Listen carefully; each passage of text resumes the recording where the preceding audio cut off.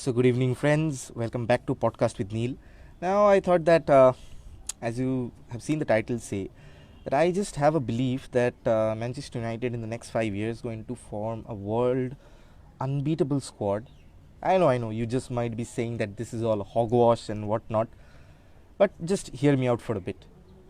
Now, but before that, I think you appreciate the change of scenery because I just got tired of doing my podcast in a room, and I thought that in these in this evening sunlight or the dying embers of the sun, I just might look a bit more sun glazed or sun kissed in this winter evening. Anyways, Kolkata is a country where, not a country, Kolkata is a state where it's either hot or it's too hot. There's just two seasons, and without that, just getting into the mix of the topic, I want to say that after watching the United versus Southampton match, the under 23 ones that was held yesterday, where Facundo Pelistri scored a goal, you can see that United are copying what Liverpool have been trying to do since just before Klopp arrived. If you see that there were many questions regarding Solskjaer transfer, I understand that, like loaning out Diego Dalot, for instance, but United got two very good players in their squads, in the ranks, if I may say. Number one is Ethan Laird. Number one is Ethan Laird, and number two is Marc Jurado, from the kid from Barcelona, just plays it in the under 18s, while Alvaro Fernandez has got promoted to the first team, the under 23 squad. He's a dominating left back, but I do see him more of a central defensive midfielder because I see traits of him more similar to Nemanja Matic because of his height, because of its game reading. He's not the fastest fullback out there, but he's definitely one in and there and thereabouts. But let me get into the core of the team. And the core of the team, the engine room of the team, is dominated by Puigmal and Mejbri. Two sensational talents. Puigmal you can liken with Bruno Fernandes, and with Hannibal Mejbri, it's so immense that you can understand the way he plays, the desire with which he plays is phenomenal. He is what Paul Pogba is supposed to do on the field. Collect the ball from deep, be that midfield runner, and go get inside the box and fire those shots. We have seen Hannibal Mejbri fire in those goals, give in those assists, and his wonderful control and his balance, all exquisite in terms of what he is all about and why he is such highly rated. Because buying a 16-year-old kid from Monaco for around 9.5 million odd quid is just over the top, and until and unless you're that special. I remember Kylian Mbappe going for around 180 million when he was 18, but he had already won the World Cup by then. But Hannibal Mejbri is not far behind in terms of raw talent, in terms of the day in day out performances he gives is absolutely immense. But Puigmal, on the other hand, you might have heard about Dylan Levitt, who is already in the Welsh 11, Jimmy Garner, who is playing very well at Watford, and he's had some amazing performances. Jimmy Garner, I just wonder how he does not feature in this United team because of his presence of mind, because of his skill on the ball, because of his passing range. He's like a Michael Carrick revisited of, like, we remember the FIFA regions that we used to have, like you go into a career mode end and you get a region of a player. If FIFA enthusiasts are here, I'm sure that understand that how Michael Carrick's region is Jimmy Garner. Similar with the added ability of taking a set piece. He's brilliant on the ball. Now coming to the forward, here's what excites me the most. Anthony Elanga. I understand people liken him to Martial, but he's more prolific in front of goal. Left winger slot, or that support striker position where Rashford plays, is another currently very highly rated talent, that is Shola Shotair. My God, he's just 16 or 17 years old, and against Southampton under 23, the turn that he made to assist Facundo Pelistri was amazing. He just held off two men, swiveled his back, put around the pass and cleared him off the halfway line, and that was just exquisite in terms of how the approach was made. And that guy excites me. He can play through the left, he can play through the right, has got immense pace, and has got that devastating eye for goal. And he's more of a wide player than a centre forward. Rashford coming in through the academy, I remember, if you have seen him play or have seen those clips, he was more of a number 10, interpreting the space behind the striker. He was never a main striker. He was just shoehorned in when Joe Willock was injured at that point of time, and even not even a left winger, because Memphis Depay was in that occupying that spot, and he was just shoehorned in as a striker, and there he built upon and upon there. But he's more free, he's more at his pace when he's playing to the left. Similarly, your Shola Shotar has been used in that same spot, and it's not a much amount of time that I can expect, like the next 2 or 3 years, where he'll be challenging Rashford for his position. Mark my words on this, he'll be challenging Rashford for his position. On the right wing, you've got Facundo Pellistri. Well, I don't rate him that much, but the expertly taken finish is, I'm going to give him credit for. I used to tell him that Uruguayan Dan James or something like that, but no, he's got much more in his locker than that. Like, he is fast, he is tall, and most importantly, he has a strength to hold up the defenders. But Dan James, I see whenever he comes across a brick wall, he just either dives or falls. He doesn't dive naturally, he just falls out of that place. Yeah, thanks Tanishq for joining. Don't forget about Amad Diallo, who is joining us in Jan. That kid is really good with his pace. Yes, very important, very important. But I think, Amad Diallo is directly going to be drafted into the first team, because he's so talented. Like, if you remember Robin, that is 1.5 step dribble that I have seen from Amad Diallo. If he is going straight, it looks like that he's going diagonally, and that helps immensely when you are changing directions, when you're cutting inside, which he is very special at. Cutting inside, faking to the byline, and then unleashing crosses or shots, because he's adept with both feet. He can play bloody mosquito. Can play either on the left wing or the right wing, play as a number 10, where I think he will be more prominent because of that space. But Amad Diallo is something of a very good talent. But coming back to Anthony Elanga and Shola Shotar, they have that Anthony Martial, Marcus Rashford combination that we saw. Anthony Elanga is brilliant off the mark. He is a sharp shooter, can drift out wide, has that space. Like, it's like United are copying their own first team squad and managing it with Liverpool. And why I say Liverpool's, not tactics, but presence of mind. You see Brandon Williams and Ethan Laird being promoted up to the first team. 2 similar replacements being brought in. Diego Dalot being sent on loan. Andres Pereira being moved on, and I'm thinking that Puigmal or Hannibal Mejbri will go and get into that positions, get into those berths, because it's high time. Even Jesse Lingard is, at the least I talk about Jesse Lingard is better. Even Brandon Williams, I think Newcastle is going for a move for him, and I believe that Brandon has his limitations. He's just, you cannot win every match or be a top class fullback with just passion and no talent. It's like, I don't understand why Brandon Williams is in and around the squad, but kya kare, squad depth. Moreover, the brains of this squad, okay, Tanishq Ole is currently doing one great thing, that is our DNA is promoting the academy lads. Yes, that has been going on since time immemorial. Like, since the 1930s, that we have fielded in every consecutive match, we have at least had one homegrown player.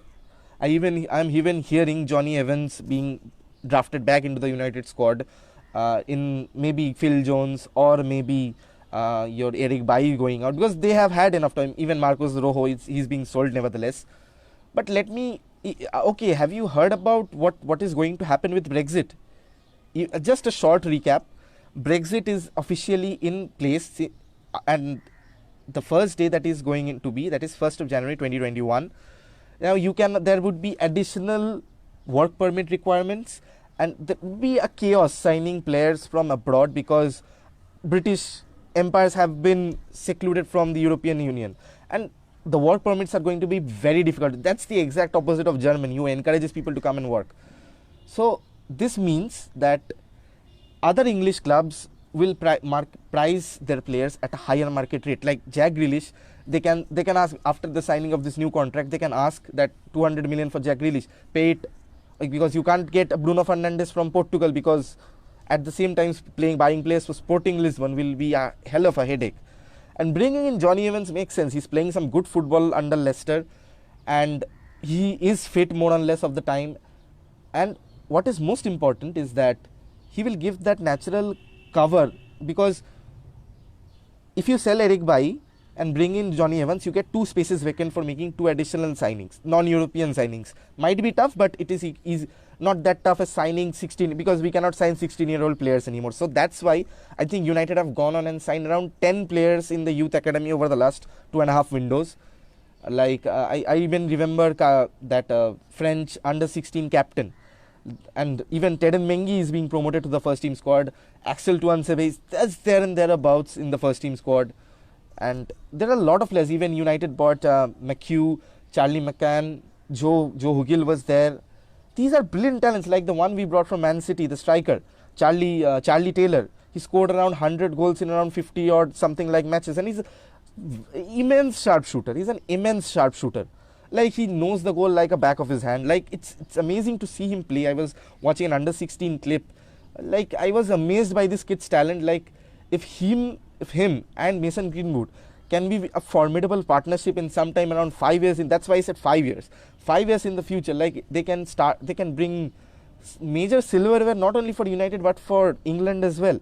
Now, I'm not an England supporter, being a patriotic Indian and a Brazil Samba guy, but I think United have got that cultural reboot that Ole has restructured, and as Tanish rightly said, and we are going into the right direction. Just if you again sack Solskjaer, bring in Pochettino, who has just no experience handling big amounts of big egos. Like, you have the Pogbas, the Martials, the Rashfords, who are world-renowned superstars. Why would they want to listen to someone like Mauricio Pochettino, who is not world-class, who is not bad, who is just there and thereabouts? He's just be a stopgap. Okay, thanks John for signing in. Stupid message. Anyways, don't post spam like this. You can go to Arsenal's fan page and do like this, or even AFTV for that matter, because they are spam and they are shit in their quality of what they do on the pitch. Like, Mikel Arteta was the second coming of Jesus Christ, and Nicolas Pepe was the bearer of the cross himself, nonetheless. Anyways, going back to the topic, I'll just leave it very short over here, that how in the next 5 years you see all these players promoting in, more being coming in through the academy, some being sold off. Like, United can make what impresses me about Liverpool the most is how Liverpool's bank balance or the net spend is just on check, just exactly on check. You can have a positive net spend if you buy talent at a lower age, develop them, and not be a seller club, but be wise in your decision and move players on at the right time, which Liverpool have done. Like Kijana, whoever like, they absolutely, like, getting 10 million for Kijana, whoever, who's not even a first team starter, is absolute brilliant from Liverpool team. And maybe United could have sent Brandon Williams out on loan and maybe get a 15-20 million out of him. Even I am hearing that Ancelotti might be willing to spend around 35 million for Dan James, like what Everton bought Iwobi for around 35 million, and you're saying Dan James is not worth that, is twice as much. You know, Dan James is a kind of player who would actually succeed in these kind of teams, who actually play a counter-attack style of football, and with the ball, Dan James doesn't have that much of it. He just puts his head down and runs. Like, mujhe daudna hai, mujhe bhagna hai, run, Forrest, run. He doesn't stop, look up, he just runs with the ball. That is very much consequential, because Ole is trying to build a three-man attack with interchange in positions, which we saw very much with Mason Greenwood, Anthony Martial and Marcus Rashford interchanging position and getting the zonal marking of opposition defenders off, destroying the triangles that they anticipate is going to play. Bruno dropping deep, Pogba going up at some point of stage, even Donny is being drafted into the first team slowly as we see Pogba fade away. And it is the perfect time, if I may say, the perfect time to sell Paul Pogba. The perfect time. You have Donny van de Beek, who is an expert passer, and that one-touch football, and that triangle he forms with Bruno Fernandes. If he's playing on the right, the triangle that he forms with Bruno Fernandes, the right winger, most oftenly Marcus Rashford at this point of stage, because Cavani and Martial are playing up top, and Bruno Fernandes and them. It is very important that United build on this. Pogba, more of his talent, I understand. You cannot have, United at this moment of time do not have a defensive midfielder. Pogba is near to his 30s than to his 20s, and it is the ideal time to move him on. With this daily saga of him going to the national team and speaking about France, like, yeah, I want to go, things are better, they are not playing. It's such a headache, because United cannot, because every time United want to build on something or the other happens. Like, United lose one match, everyone loses their head and is after Solskjaer's head, or the international break is there, and Pogba says, I don't want to play for this club anymore, in rhetorical stance, and all hell breaks loose. Apart from that, get those people aside, get those people who want to play for United, like Donny van de Beek. Have you seen him utter one word from the start of this campaign till now that he's not happy? His agents or bullshit, whatever might they have said, but Donny has slotted right in. The resurgence of Fred, Bruno. I understand Ole is not that great of a manager. Like, managers make mistakes. You cannot expect United with Maguire and Lindelof to not concede anything, because even a team as strong as Italy's 1982 World Cup squad with Franco Baresi, with Giuseppe Bergomi, one of the best Italian defenders in that Catenaccio system. Even they conceded goals, they shipped in goals. You cannot expect United, because it's a team game. You cannot expect they're a human. Not every 11 players have the same fitness, have the same strategic output, have the same intelligence to actually be that unformidable side. Even Real Madrid of 2012-13 conceded goals. Even Man City Centurions conceded goals. Even Liverpool conceded goals, because Van Dijk is a freak of nature, I understand that. Maguire with Lindelof, both same kind of players, will concede goals until and unless a certain Dayot Upamecano or Axel Tuanzebe or Teden Mengi is brought into the squad to complement them. Because Maguire, and I've spoken much about this in former podcasts, I don't understand why Ole, but maybe he sees a partnership there. Okay, we should bring back Dalot and loan out Brandon and James and also sell Pogba. Right, you are, Tanish. Dalot, I think United has just send him out on loan to inquire his valuation, because we bought him for around 20 million. And if teams are willing to pay around 35-40 million, I think we should move Dalot on, because no one is budging Wan-Bissaka. And Anthony Ilanga and Mark Jurado, two players down there in the pipeline, are exactly the same kind of attacking outputs that you want from a Diego Dalot or something like that. Like, I understand your point that squad rotation and stuff, but it is easier to have one first teamer and one one youth player who is ready to break into that squad, not just a direct first teamer. Like, I understand how Sergio Roberto and Nelson Semedo was there, but it creates more commotion, more competition, I understand, but the squad aesthetics are not good. So I think it's a good decision. I personally am a huge fan of Diego Dalot, because he's the only one great crosser in the team. And now Alex Telles. Like, I play FIFA career mode and I have two sets of wing backs. One is Alex Telles and Diego Dalot, and another one is Luke Shaw and Wan-Bissaka, who don't actually go that forward, and the other one's absolutely the opposite. And this is going on for some time. Okay, thanks Ratul for joining in. Need to sign Jovic from Madrid and a fast and old school CB, a dominating CDM, and bring back Dalot. Okay, I just see more of your comment. Okay, sell Fosu, Martial, Jones, Bailly, Matic, Lingard, Rogers. Sale laga rakha hai kya?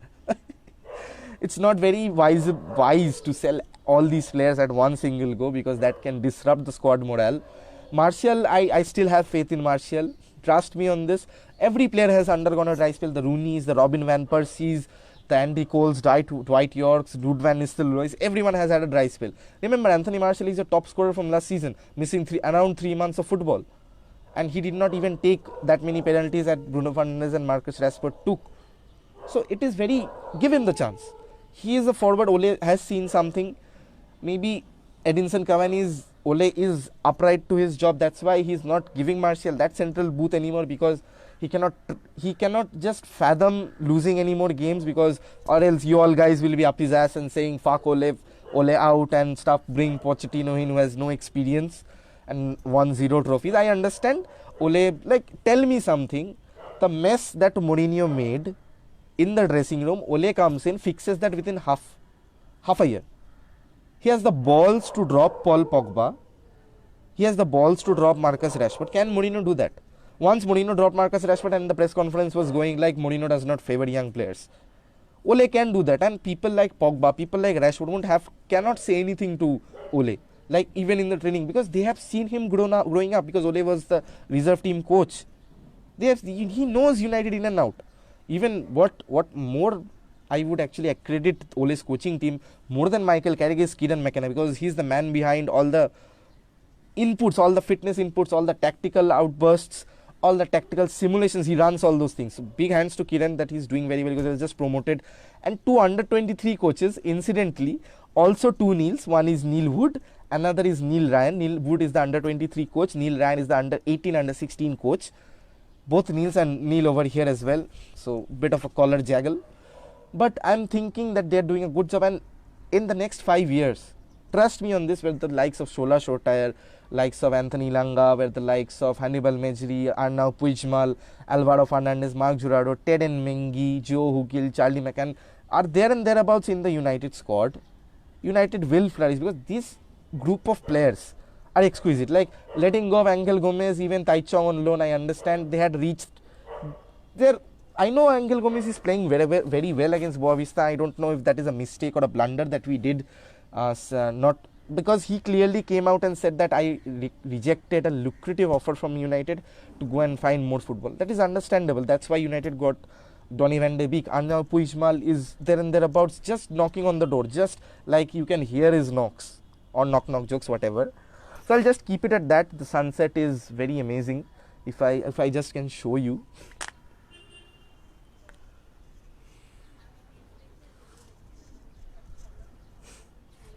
It's very, very amazing in Kolkata right now. The weather is amazing. And more about that, we have the United match today. I think it would be a difficult match because we know how David Moyes likes to speed up his teams and how David Moyes actually runs his footballing. We know how David Moyes' statue was there and stuff. But it would be a difficult match. It would be a struggle. But at this point of time, I believe the United has got what it takes to go over the line, because Leipzig is a match that would be very crucial. Against Leipzig, we cannot falter. Even if it means going for a draw, being pragmatic, at least we are a result lado. We need that result. At any cost, we need that result. Not much thing to say. PL Weekly will be on tomorrow. I'm still not sure with the time because I'll be covering the North London derby with two special guests. But I'm not finalized on the guests as well. But you can be assured that it will be around 7:30 or 8 in that time slot. If you have any questions about FPL, you can just throw them in, because I don't even know after last week's disaster how FPL is going to play out. I have kept Ziyech. I have trusted him. My captain is Dominic Calvert-Lewin. Warner is there, Bamford is there. Even Bamford has a price drop, but I'm still suggesting with him. Grealish doesn't have a match, so it'd be better if you transferred him out. And I think there's still time. There's still 10 minutes time if you want, because 4:30 is the deadline. Grealish doesn't have a match because Newcastle and Aston Villa got postponed due to COVID outbreak in Tyneside. And just Diego Jota, I still have doubts, but I'm thinking that, very honestly, I'm thinking Salah will have a brace and assist at this point of time. I wanted to captain Salah but against Wolves, you know how things goes. That's more or less, that's just it. Any questions about FPL, you can just write me in. Okay, Ratul, I'm reading your comment out. It ain't a Ole out person, but need to sell the deadwoods. Martial is becoming a headache. Very consisting Diallo to solve our right wing problem. Yes, Diallo is a very good solution to the right wing problem. How many points are you on currently? I have captained Mahrez. I don't remember how many points because I check FPL very sparingly. And I am into more FPL research, and my team is whatever it is. I'll see at around the end of the January transfer window where I can play my second wild card. I even haven't played the bench boost yet. So Shreyan, I'm going to get back to you on this with how many points I have. But Mahrez captain, seriously, you don't know Pep Guardiola. It's like Pep Guardiola selects his FPL team and then around ducks with us with his choice selection. High chances Mahrez will not start this match, and you can see Bernardo Silva on the right wing, even Phil Foden making an appearance. Trust me, I know Pep Guardiola is like a dread to, but that's why I don't have any Man City players, neither any United players, barring Alex Telles, because he's the only fit left back and he will start. And I know he can get in some assists here and there. I don't have too much hopes of a clean sheet, but I understand how United are desperate without Luke Shaw at this moment, who had been a very stellar performer, because I remember him saying that we need competition in this squad with his big mouth, and when United signed Telles, he was like producing around 2 assists, good shots on goal, he was getting forward, getting in tackles, but very impressive. Hoping to see Luke Shaw back because I think he'd make a great third centre back.